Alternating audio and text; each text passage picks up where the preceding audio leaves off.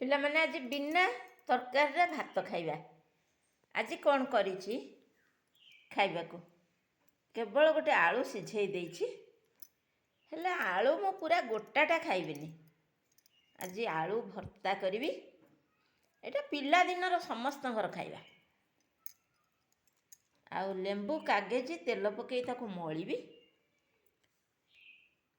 ଥଣ୍ଡା ଭାତରେ ଗରମ କ୍ଷୀର ହଉ ବା ଗରମ ଭାତରେ ଥଣ୍ଡା କ୍ଷୀର ହଉ,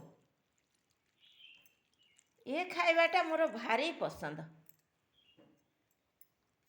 ଆଜି ସେଇ ପିଲାଦିନର ଖାଇବାଟା, ଆଳୁ ଭର୍ତ୍ତା କ୍ଷୀର ଭାତ। ଚାଲନ୍ତୁ କ୍ଷୀର ଭାତର ମଜା ନେବା।